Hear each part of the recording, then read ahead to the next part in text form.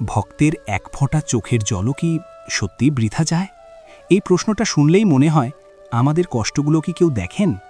আমরা যখন নিঃশব্দে কাঁদি, কাউকে কিছু না বলেই ভেঙে পড়ি, তখন কি ভগবান জানেন? শাস্ত্র বলে, ভগবান শব্দ শোনেন না, তিনি অনুভব করেন। লোকের সামনে বলা প্রার্থনা নয়, গভীর রাতের নীরব চোখের জলই তার কাছে সবচেয়ে বড় আরতি।